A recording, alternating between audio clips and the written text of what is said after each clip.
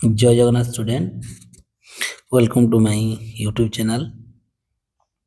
आज plus two first year जो world history अच्छी पृथ्वी इतिहास अच्छी से पृथ्वी इतिहास पंचम अध्याय रे थिबा प्राचीन रोम सभ्यता को आज पढ़ा पे कथार अच्छी हिस्ट्री जदि न जान तेरे कौन सी पाठ जापर ना सबुरी मूल इतिहास ही आवश्यक।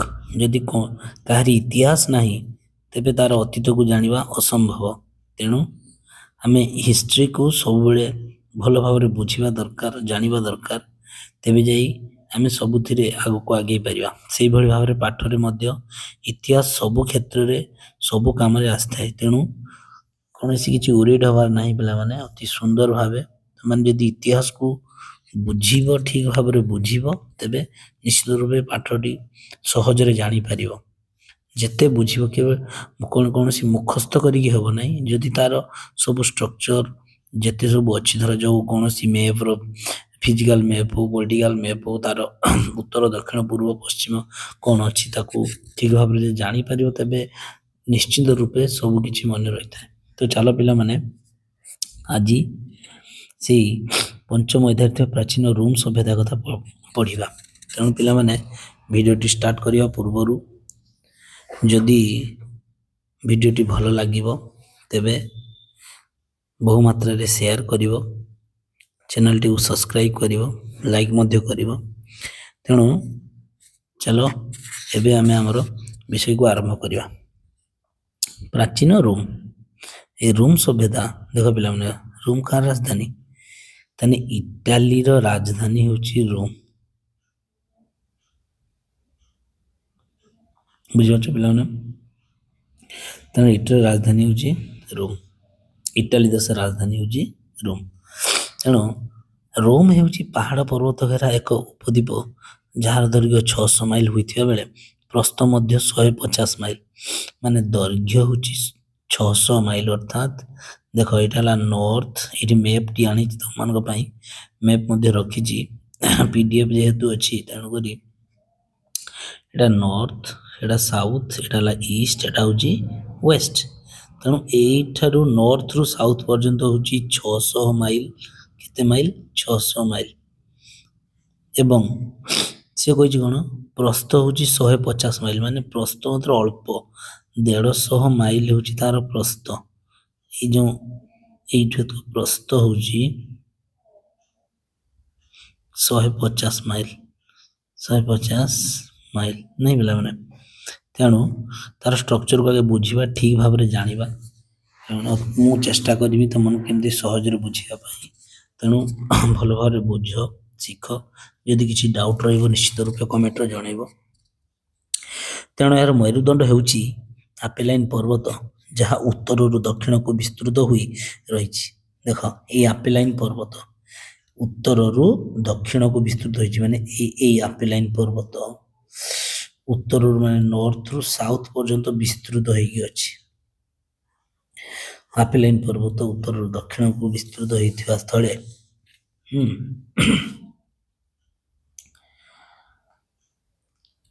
टाइबर नदी केंद्र इटाली ठारे याकू दुई भाग कर देछि। देखो टाइबर नदी केंद्र इटाली ठारे याकू दुई भाग करिछि। जदि हम सेंट्रल इटाली को देखिबा तेबे टाइबर नदी याकू दुई भाग केंद्र इटाली रे याकू दुई भाग करिछि। बुझि पाछन नै पिला माने आउ कोन अछि देखो यार व्यवस्थित दुई भाग करिछि। इटाली रो उत्तर सीमा रे आल्पस पर्वतमाला यार प्राकृतिक सीमा भली कार्य करुछि। देखो ये इटाली रो उत्तर सीमा रे आल्पस पर्वतमाला प्राकृतिक ये भली काम करुछि। एवं तीनोटी बृहत जलराशि आड्रियाटिक सागर तापर होची आयोनियन सागर एवं भूमध्य सागर दे विभिन्न अंचल को वाणिज्य पथ सृष्टि करथिला। देखो आड्रियाटिक सागर आयोनियन सागर आ होची भूमध्य सागर। देखो आड्रियाटिक सी देखो आड्रियाटिक सागर माने यार यार होची पूर्व रे होची एड्रियाटिक सागर एटा देख आयोनियन माने आयोनियन सी होची पश्चिम रे अछि एवं देखो एड्रियाटिक सागर आयोनियन सागर एवं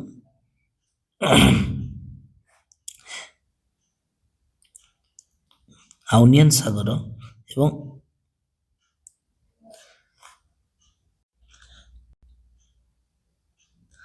पिलामाने देख ये मेडिटेरेनियन सी माने भूमध्य सागर एइभଳି ଭାବରେ ତିନି ସ୍ଥଳ ମାନେ ତିନି ପଟୁ ଏହାକୁ ଘେରିକି ରଖିଛି। ଭାରତର ଷ୍ଟ୍ରକ୍ଚର ମଧ୍ୟ ସେୟା ଦେଖ ପିଲାମାନେ ଆମ ଭାରତ ଯେମିତି ଉପଦ୍ୱୀପ ତିନି ଭାଗ ଜଳ ଏବଂ ଗୋଟିଏ ଭାଗ ସ୍ଥଳ ଇଏ ମଧ୍ୟ ଏହାକୁ ମଧ୍ୟ ଏକ ଉପଦ୍ୱୀପ କୁହାଯିବାର କାରଣ ହେଉଛି ଏହାର ତିନି ଭାଗ ଜଳ ଏବଂ ଗୋଟିଏ ଭାଗ ସ୍ଥଳ ଦେଖ ଏହାର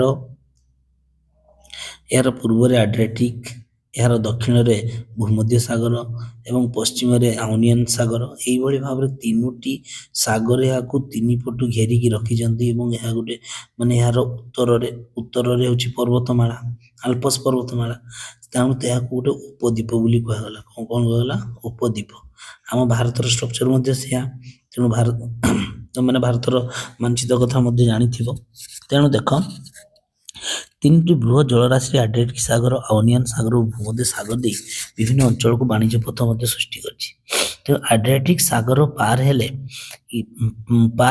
ଇଟାଲୀ ଠାରୁ ଗ୍ରୀସ୍ ମାତ୍ର 50 ମାଇଲ ଦେଖ ଏଇ ଆଡ୍ରିଆଟିକ୍ ସାଗର ଏପଟେ ଗ୍ରୀସ୍ ଅଛି ଯଦି ଆମେ ଆଡ୍ରିଆଟିକ୍ ସାଗର ପାରି ହେବା ଗ୍ରୀସ୍ ମାତ୍ର 50 ମାଇଲ ଆସିବ ବୁଝିପାରୁଛ ନାଇଁ ପିଲାମାନେ ତାପରେ ଆଉ କଣ କହୁଛି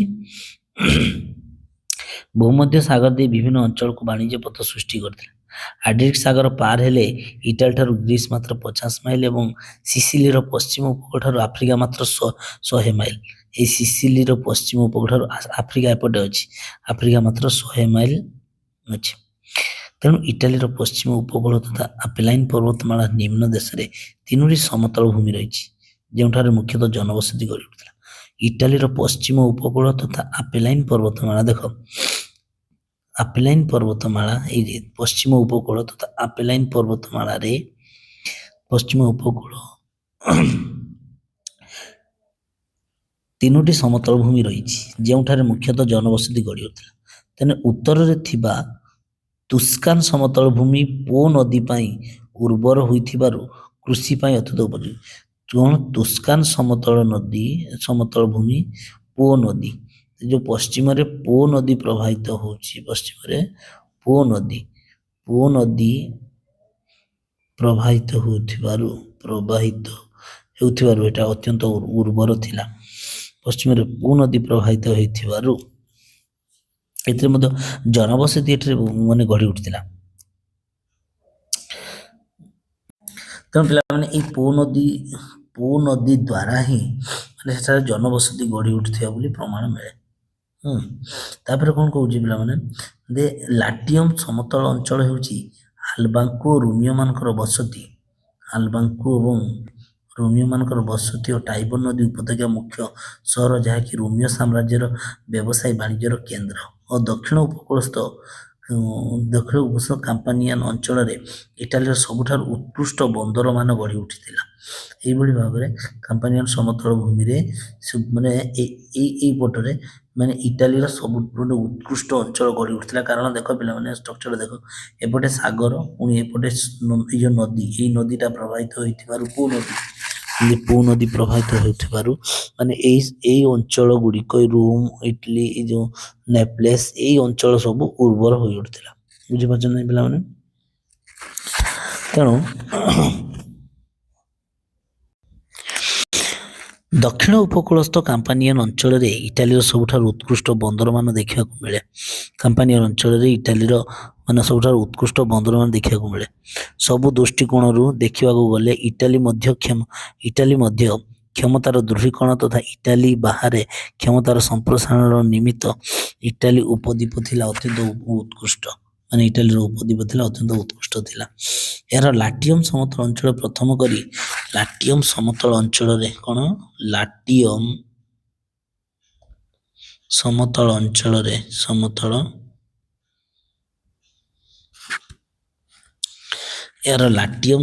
ଅଞ୍ଚଳରେ ଏଇ ଲାଟିୟମ ସମତଳ ଅଞ୍ଚଳରେ ଯେଉଁମାନେ ବସବାସ କରୁଥିଲେ ସେମାନଙ୍କୁ ଇଣ୍ଡୋ ୟୁରୋପୀୟ ଜନବସତି ବା ଲାଟିନ୍ସ ବୋଲି କୁହାଯାଉଥିଲା। ସେମାନେ ହେଲେ ଇଣ୍ଡୋ ଏବଂ ୟୁରୋପୀୟ। ଇଣ୍ଡୋ ଆଉ ଯୁକ୍ତକ ୟୁରୋପୀୟ, ତେଣୁ ତାଙ୍କୁ ଲାଟିନ ବୋଲି କୁହାଯାଉଥିଲା। LATIN ଲାଟିନ, ତାଙ୍କୁ ଲାଟିନ ବୋଲି କୁହାଯାଉଥିଲା। ଲାଟିନ ଭାଷା ମଧ୍ୟ ସେମାନେ କହୁଥିଲେ, ତାଙ୍କୁ ଲାଟିନ ବୋଲି କୁହାଯାଉଥିଲା।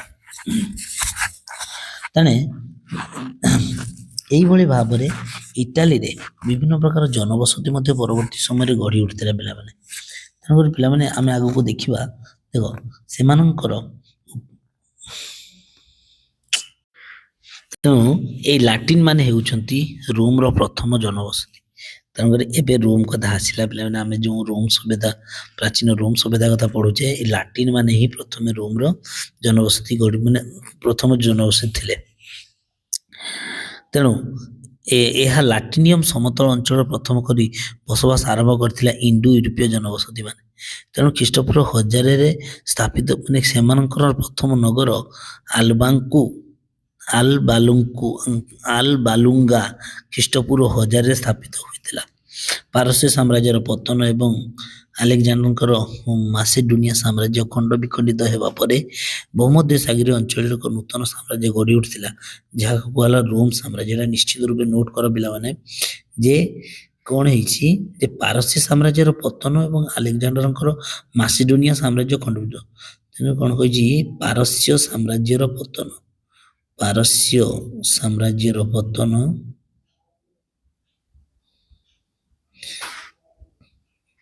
ପାରସ୍ୟ ସାମ୍ରାଜ୍ୟର ପତନ ଏବଂ ଆଲେକଜାଣ୍ଡରଙ୍କର ମାସିଡୋନିଆ ସାମ୍ରାଜ୍ୟ ଖଣ୍ଡ ବିଖଣ୍ଡିତ ହେବା ପରେ ଭୂମଧ୍ୟ ସାଗରୀୟ ଅଞ୍ଚଳରେ ଏକ ନୂତନ ସାମ୍ରାଜ୍ୟ ଗଢ଼ି ଉଠିଥିଲା, ଯାହାକୁ କୁହାଗଲା ରୋମ ସାମ୍ରାଜ୍ୟ। ଏଇ ରୋମ ଆମେ ଯେଉଁ ରୋମ ସାମ୍ରାଜ୍ୟ କଥା ପଢୁଛେ, ସେଇ ରୋମ ସାମ୍ରାଜ୍ୟ ଗଢ଼ି ଉଠିଥିଲା। ଦେଖ ପିଲାମାନେ, ଏଇ ରୋମ ସାମ୍ରାଜ୍ୟ ସେଇ ଖଣ୍ଡ ବିଖଣ୍ଡିତ ହେବା ପରେ ରୋମ ସାମ୍ରାଜ୍ୟ ଗଢ଼ି ଉଠିଥିଲା। ପ୍ରାଚୀନତା ସ୍ଥିର ସାମ୍ରାଜ୍ୟ ଦୃଷ୍ଟିରୁ ଏହା ଥିଲା ସର୍ବବୃହତ। ଇଟାଲୀ ଥିଲା ଏହି ସାମ୍ରାଜ୍ୟର କେନ୍ଦ୍ରବିନ୍ଦୁ ଓ ପରବର୍ତ୍ତୀ ସମୟରେ ଏହି ସାମ୍ରାଜ୍ୟ ସମଗ୍ର ଭୂମଧ୍ୟ ସାଗରୀୟ ଅଞ୍ଚଳକୁ ବେଷ୍ଟନ କରି ରଖିଲା। ମାନେ ଏଇ ମେଡିଟେରେନିଆନ ସି ମାନେ ଭୂମଧ୍ୟ ସାଗରୀୟ ଅଞ୍ଚଳକୁ ପୁରା କ୍ୟାପଚର କରିଥିଲା। ବୁଝିପାରୁଛ ନା? ମ୍ୟାସିଡୋନିଆ ସାମ୍ରାଜ୍ୟ ଖଣ୍ଡ ଖଣ୍ଡ ହୋଇଯିବା ପରେ ରୋମୀୟମାନଙ୍କ ସାମ୍ରାଜ୍ୟ ବିସ୍ତାର ଆରମ୍ଭ ହେଲା। ଏହି ସମୟ ବେଳକୁ ଇଟାଲୀରେ ରୋମ ନଗର ସମସ୍ତ ଇଟାଲୀୟ ଉପଦ୍ୱୀପକୁ ନିଜ ନିୟନ୍ତ୍ରଣକୁ ଆଣି ସାରିଥିଲା। ତେଣୁ ଇଟାଲୀରେ ଲାଟିନ ଭାଷାଭାଷୀ ବିଭିନ୍ନ ବସତି ମଧ୍ୟରୁ ରୋମ ଥିଲା ଅନ୍ୟତମ। ଅର୍ଥାତ୍ ରୋମ ମାନେ ଏଠି ଟିକେ ନୋଟ କରି ରଖ, ତାହେଲେ ରୋମୀୟ ମାନେ ଲାଟିନ ଭାଷା କହୁଥିଲେ, ଲାଟିନ ଲାଙ୍ଗୁଏଜ, ଲାଟିନ ଭାଷା ବ୍ୟବହାର କରୁଥିଲେ। ପିଲାମାନେ ନିଶ୍ଚିତ ରୂପେ ନୋଟ କର। ତେଣୁ ଇଟାଲୀ ଲାଟିନ ଭାଷାଭାଷୀ ବିଭିନ୍ନ ବସତି ମଧ୍ୟରୁ ରୋମ ଥିଲା ଅନ୍ୟତମ। ଲାଟିନ ହେଉଛି ଇଣ୍ଡୋ ୟୁରୋପୀୟ ରାଜ୍ୟ ସମୂହର ଏକ ଅଂଶ। ଖ୍ରୀଷ୍ଟପୂର୍ବ 2000 ପରବର୍ତ୍ତୀ ସମୟରେ ଅନେକ ଇଣ୍ଡୋ ୟୁରୋପୀୟ ଅର୍ଥାତ୍ ଖ୍ରୀଷ୍ଟପୂର୍ବ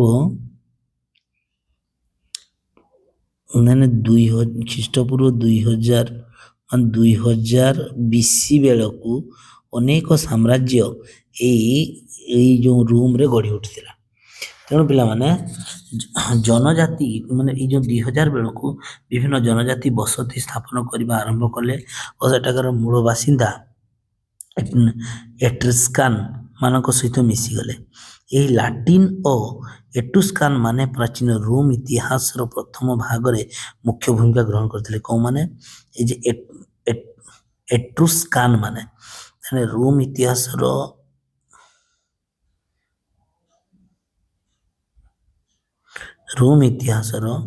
ପ୍ରଥମ କାହାକୁ କୁହାଯାଏ? ଏଟ୍ରୁସ୍କାନ ମାନଙ୍କୁ। କଉମାନଙ୍କୁ? ଏଇ ଏଟ୍ରୁସ୍କାନ ମାନଙ୍କୁ ରୋମ ଇତିହାସର ପ୍ରଥମ ନାଗରିକ ବୋଲି କୁହାଯାଏ। ଏଟ୍ରୁସ୍କାନ ମାନେ ପ୍ରାଚୀନ ରୋମ ଇତିହାସର ପ୍ରଥମ ଭାଗରେ ମୁଖ୍ୟ ଭୂମିକା ଗ୍ରହଣ କରିଥିଲେ। ତେଣୁ ଇଟାଲୀର କେନ୍ଦ୍ରାଞ୍ଚଳରେ ଟାଇବର ନଦୀ କୂଳରେ ରୋମ ଅବସ୍ଥିତ। ଇଟାଲୀୟ ଉପଦ୍ୱୀପର ପଶ୍ଚିମ ଉପକୂଳରେ ଅନତି ଦୂରରେ ଅବସ୍ଥିତ ରୋମ ପ୍ରାୟତଃ ଖ୍ରୀଷ୍ଟପୂର୍ବ 753ରେ ପ୍ରତିଷ୍ଠିତ ହୋଇଥିଲା। ଦେଖ ଏଇଟା ଟିକେ ଆଉ ଟିକେ ମ୍ୟାପ ଦ୍ୱାରା ବୁଝିବା।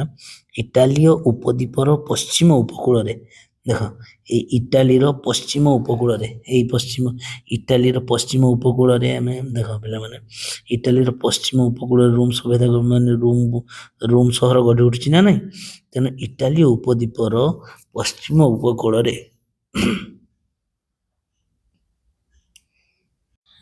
ତାମାନେ ଏଇ ଯେଉଁ ରୋମ୍ ସଭ୍ୟତା ତାମାନେ ଇଟାଲୀ ଉପଦ୍ୱୀପର ପଶ୍ଚିମ ଉପକୂଳରେ ମାନେ ଅଞ୍ଚଳରେ ଗଢ଼ି ଉଠିଥିଲା। ପଶ୍ଚିମ ଅନେକ ଦୂରରେ ଅବସ୍ଥିତ ରୋମ୍ ପ୍ରାୟତଃ ଖ୍ରୀଷ୍ଟପୂର୍ବ 735ରେ ପ୍ରତିଷ୍ଠିତ ହୋଇଥିଲା। ତେଣୁ ରୋମ୍ ନଗରୀର ପ୍ରାଚୀନ ଇତିହାସରୁ ଜଣାଯାଏ ଯେ ତାମାନେ ପଶ୍ଚିମ ଉପକୂଳରେ ରୋମ୍ ନଗରୀର ପ୍ରାଚୀନ ଇତିହାସରୁ ଜଣାଯାଏ ଯେ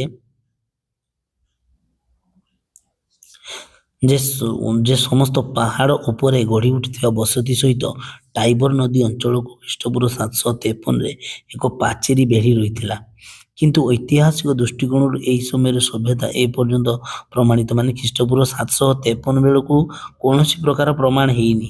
କିନ୍ତୁ ଖ୍ରୀଷ୍ଟପୂର୍ବ ମାନେ 753 BC ଖ୍ରୀଷ୍ଟପୂର୍ବ 753 ବେଳକୁ କୌଣସି ପ୍ରକାର ସଭ୍ୟତାର ପ୍ରମାଣ ମିଳିନାହିଁ। ବୁଝିପାରୁଛ ନାହିଁ।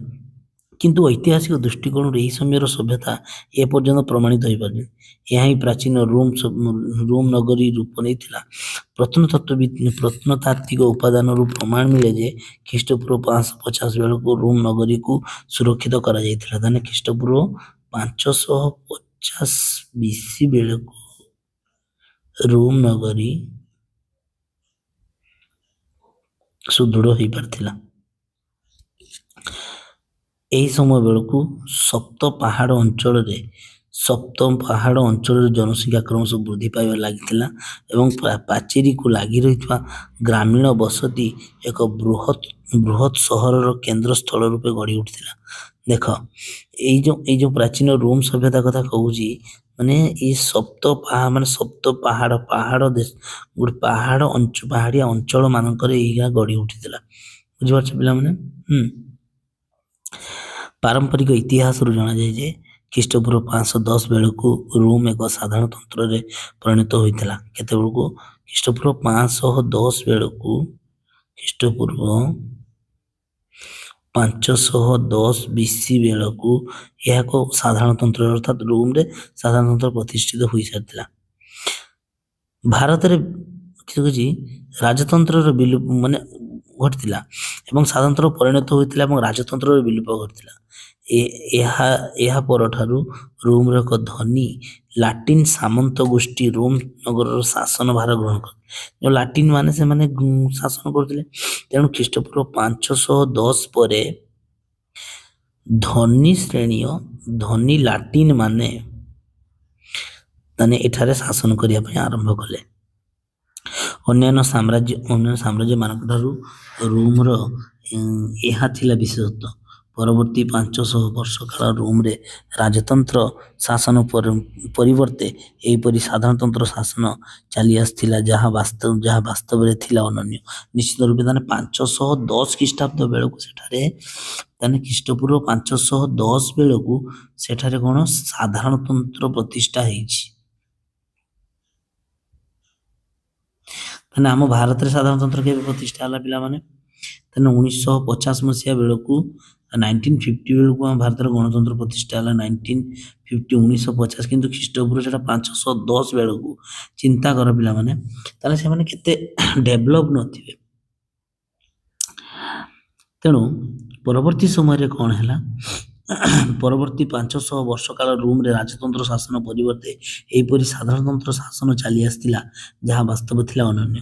ବର୍ଷକ ପାଇଁ ନିର୍ବାଚିତ ହୋଇଥିବା 2 ଜଣ ମାଜିଷ୍ଟ୍ରେଟଙ୍କ ଦ୍ୱାରା ଶାସନ ପରିଚାଳିତ ହେଉଥିଲା ଯାହାକୁ କନସଲ ବୋଲି କୁହାଯାଉଥିଲା। ଏଇ ଯେଉଁ ମାଜିଷ୍ଟ୍ରେଟ ମାନଙ୍କୁ କ'ଣ କୁହାଗଲା, ସେଠାରେ ଯେଉଁ 2 ଜଣ ମାଜିଷ୍ଟ୍ରେଟ ରହିଲେ ତାକୁ ଫାଷ୍ଟ କନସଲ ବୋଲି କୁହାଗଲା। କନସଲ ନିଶ୍ଚିତ ରୂପେ ତାଙ୍କର ଶାସନ ବ୍ୟବସ୍ଥାକୁ ଅତି ସୁନ୍ଦର ଭାବେ ତମାନଙ୍କୁ ବୁଝେଇବି। ତାକୁ ଯେଉଁମାନେ 2 ଜଣ ମାଜିଷ୍ଟ୍ରେଟ ନିଯୁକ୍ତ ହେଲେ ସେମାନଙ୍କୁ କନସଲ ବୋଲି କୁହାଗଲା ଏବଂ ପ୍ରକୃତ କ୍ଷମତା ନ୍ୟସ୍ତ ଥିବା ସମ୍ଭ୍ରାନ୍ତ ଗୋଷ୍ଠୀକୁ ସାମନ୍ତ ପରିଷଦ ବା ସିନେଟ ବୋଲି କୁହାଗଲା। ତାହେଲେ ପ୍ରଥମେ କନସଲ ଆସିଲେ, ନୋଟ କର ପିଲାମାନେ, ପ୍ରଥମେ କନସଲ, ତାପରେ ତାଙ୍କ ତଳକୁ ସିନେଟ, ସେମାନେ ସାମନ୍ତ ଗୋଷ୍ଠୀ ଥିଲେ ସିନେଟ। ବୁଝିପାରୁଛ କନସଲ୍ ତାଙ୍କ ତଳକୁ ସିନେଟ୍।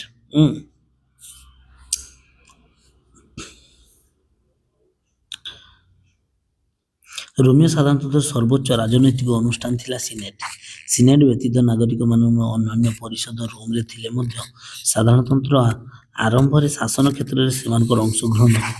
ତେଣୁ ରୋମ୍ ସାଧାରଣତନ୍ତ୍ର ଶେଷ 100 ବର୍ଷରେ ପେଶାଦାର ସୈନ୍ୟବାହିନୀ ଆବିର୍ଭାବ ଘଟିଥିଲା ଏବଂ ସୈନ୍ୟବାହିନୀର ଏକ ଅଂଶ ଯୁଦ୍ଧ କମାଣ୍ଡରମାନଙ୍କ ଦ୍ୱାରା ନିୟୋଜିତ ହେଉଥିଲେ ଏବଂ ସୈନ୍ୟବାହିନୀ ରାଷ୍ଟ୍ର ଅପେକ୍ଷା କମାଣ୍ଡରମାନଙ୍କ ପ୍ରତି ବିଶେଷ ଅନୁରକ୍ତ ଥିଲେ। ଏବଂ ରୋମ୍ ସାଧାରଣତନ୍ତ୍ର ଆଉ ଏକ ବିଶେଷ ଲକ୍ଷଣ ହେଉଛି କ୍ରୀତଦାସ ଶ୍ରମିକମାନଙ୍କର ବହୁଳ ବ୍ୟବହାର। ତାହେଲେ ରୋମ୍ ସାଧାରଣତନ୍ତ୍ରର ଆଉ କ'ଣ କ୍ରୀତଦାସ ଅର୍ଥାତ୍ ସେମାନେ ଦାସ କିଣୁଥିଲେ କ୍ରୀତଦାସ। ତାହେଲେ ଏଇଠି ଆଉ ଟିକେ ତମକୁ ରିଭାଇଜ କରିବି ପିଲାମାନେ। ଦେଖ ପ୍ରଥମେ ଯେତେବେଳେ ଖ୍ରୀଷ୍ଟପୂର୍ବ 510 ବେଳକୁ ସେମାନଙ୍କର ଶାସନ ପ୍ରତିଷ୍ଠା ହେଲା, ସେମାନେ କ'ଣ ହେଲା ଏ ଯେଉଁ 2 ଜଣ ମାଜିଷ୍ଟ୍ରେଟ ନିଯୁକ୍ତ ହେଲେ ସେମାନଙ୍କୁ କ'ଣ କୁହାଗଲା? ଆଗେ ହେଉଛି କନସଲ୍, କ'ଣ କୁହାଗଲା? କନସଲ୍ କୁହାଗଲା, ତାପରେ ସିନେଟ୍ କୁହାଗଲା। ଏଇଭଳି ଭାବରେ ତାଙ୍କର ଶାସନ ଭାର ନିଯୁକ୍ତ ହେଉଥିଲା, ଶାସନ କରୁଥିଲେ ସେମାନେ। ତାପରେ ହେଉଛି ରୋମ୍ ସାଧାରଣତନ୍ତ୍ରର ବିସ୍ତାର। ରୋମୀୟ ସାଧାରଣତନ୍ତ୍ର ଖ୍ରୀଷ୍ଟପୂର୍ବ 510ରୁ ଖ୍ରୀଷ୍ଟପୂର୍ବ 27 ପର୍ଯ୍ୟନ୍ତ ପ୍ରାୟ 500 ବର୍ଷ ଧରି ତିଷ୍ଠି ରହିପାରିଥିଲା ଏବଂ ଏହି ସମୟ ମଧ୍ୟରେ ରୋମ୍ ନଗର ରାଜ୍ୟ ଏକ ବିଶାଳ ଏବଂ ଶକ୍ତିଶାଳୀ ସାମ୍ରାଜ୍ୟରେ ପରିଣତ ହୋଇପାରିଥିଲା। ଲଗାତାର ଯୁଦ୍ଧ ଲଢ଼ାଇ ମଧ୍ୟରେ ଏହା ସମ୍ଭବ ହୋଇଥିଲା। ତେଣୁ ରୋମ୍ ସାଧାରଣତନ୍ତ୍ର ବିସ୍ତାର ଦୀର୍ଘ ସମୟ ପାଇଁ 2ଟି ପର୍ଯ୍ୟାୟରେ ସମ୍ଭବ ହୋଇଥିଲା। ଗୋଟେ ହେଉଛି ପ୍ରଥମ ପର୍ଯ୍ୟାୟ, ଗୋଟେ ହେଉଛି ଦ୍ୱିତୀୟ ପର୍ଯ୍ୟାୟ। ତେଣୁ ପିଲାମାନେ ନିଶ୍ଚିତ ରୂପେ ତୁମମାନଙ୍କୁ ଯଦି ଭିଡ଼ିଓଟି ଭଲ ଲାଗୁଥିବ, ଯଦି ଭଲ ଭାବରେ ବୁଝିପାରୁଥିବ, ତେବେ ନିଶ୍ଚିତ ରୂପେ ସେୟାର କରିବ, ସବସ୍କ୍ରାଇବ୍ ମଧ୍ୟ କରିବ। ଆଉ ଯଦି କିଛି ବୁଝିବାର ଡାଉଟ୍ ଥିବ ନିଶ୍ଚିତ ରୂପେ କମେଣ୍ଟ କରି ଜଣେଇବ। ତେଣୁ ଆମେ ପିଲାମାନେ ପରବର୍ତ୍ତୀ କ୍ଲାସରେ ଆମେ ପ୍ରଥମ ପର୍ଯ୍ୟାୟ ଏବଂ ଦ୍ୱିତୀୟ ପର୍ଯ୍ୟାୟ କଥା ଆଲୋଚନା କରିବା। ତାପରେ ପିଓନିକ୍ ଯୁଦ୍ଧ ଅଛି। ଏଇଭଳି ଭାବରେ ପର୍ଯ୍ୟାୟ କ୍ରମରେ ଆମେ ସବୁ ଆଲୋଚନା କରିବା। ପରବର୍ତ୍ତୀ କ୍ଲାସରେ ତୁମେ ନିଶ୍ଚିତ ରୂପେ ଭିଡ଼ିଓଟିକୁ ଦେଖ, ଜାଣ, କ୍ଲାସ୍ ଏଇ ଇଏଟିକୁ ବୁଝ। ଯଦି କୌଣସି ପ୍ରକାର ଡାଉଟ୍ ଥିବ ତେବେ ମୋତେ ନିଶ୍ଚିତ ରୂପେ କମେଣ୍ଟରେ ଜଣେଇ ପାରିବ।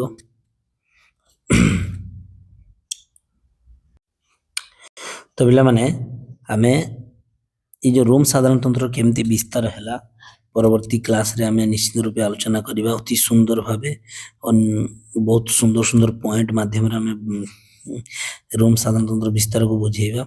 ତେଣୁ ଯଦି ଭିଡ଼ିଓଟି ଭଲ ଲାଗିଥିବ ପିଲାମାନେ ନିଶ୍ଚିତ ରୂପେ ସେୟାର କରିବ, ସବସ୍କ୍ରାଇବ୍ କରିବ।